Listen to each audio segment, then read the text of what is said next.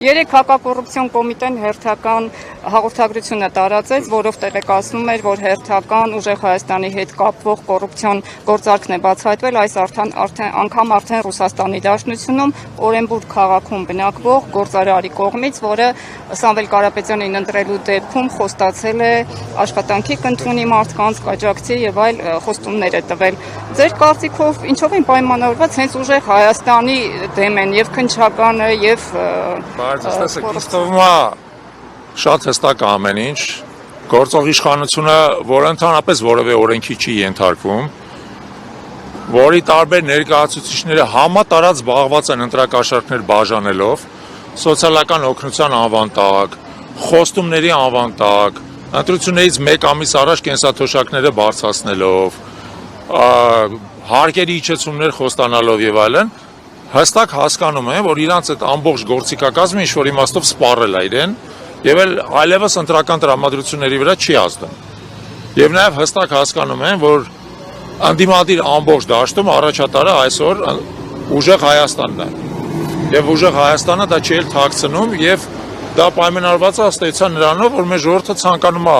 թարմություն տեսնել քաղաքական դաշտում, ուզում է տեսնել նոր ուժ,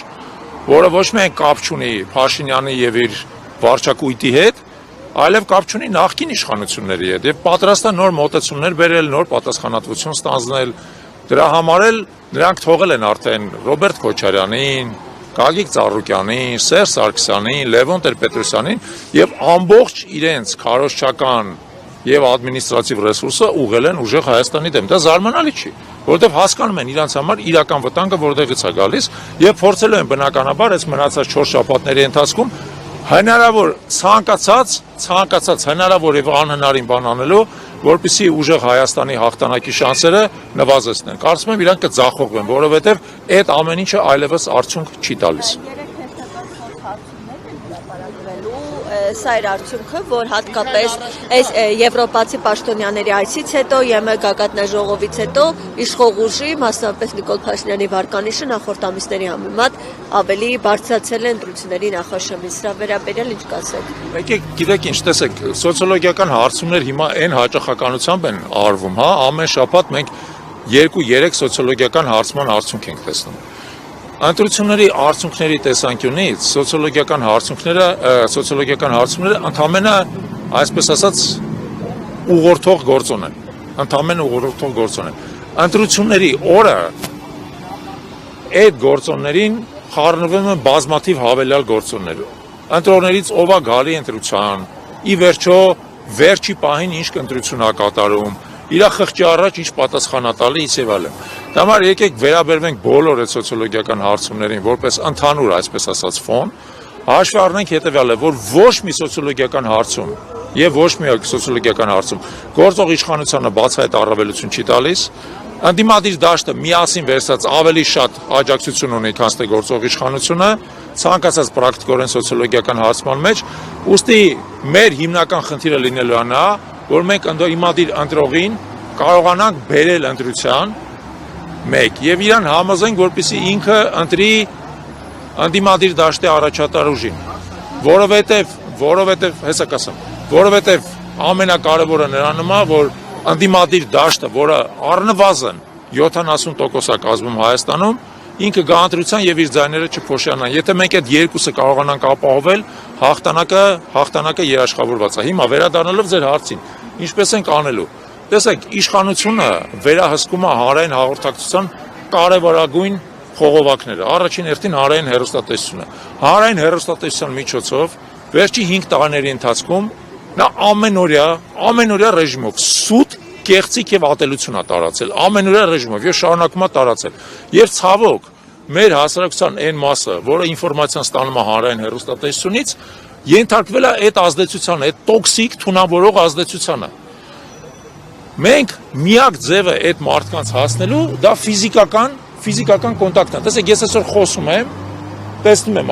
առնվազն 20 տեսախցիկ է, չէ՞ նկարում, բայց այդ 20 տեսախցիկից եւ ոչ մեկի նկարածը հասարակության այն մասը, որը մեկ է նայում, չի տեսնելու։ Դա համար միակ ձևը իրանց կարծիքի վրա ազդելու դա նրանում է, որ մենք գնանք իր դուռը ծեծենք, մտնենք, բարևենք, ներողություն խնդրենք, որ իր անդորը խախտում ենք, եւ այդ մարդու հետ խոսանք։ անմիջական խոսանք։ Դա է ձևը։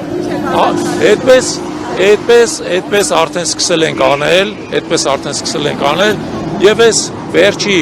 4 շաբաթները պետք է առավելագույնս օգտագործենք, որպեսզի այո ամեն հայ մարդու տուն մտնենք եւ իրան ասենք հետեւյալը. եթե դու ընտրում ես Փաշինյանին, դու ընտրում ես Էրդողանին եւ Ալիևին, որովհետեւ Փաշինյանը այսօր դարձել է Էրդողանի եւ Ալիևի բացահայտ ծառան ու կամակատարը։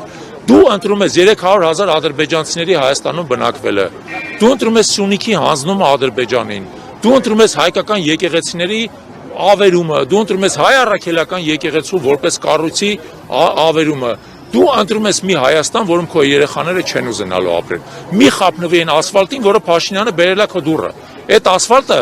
վաղը մյուս օրը քանդվելու է, մանավանդ որ անորակ ասֆալտ է։ Հիշի, որ մենք 3000-ամյա ազգ ենք եւ դեռ 3000 եւ ավել 1000 տարիներ պետք է ապրենք։ Մեր ազգի ապագան մի զոհի քո դռան դեմի ասֆալտին։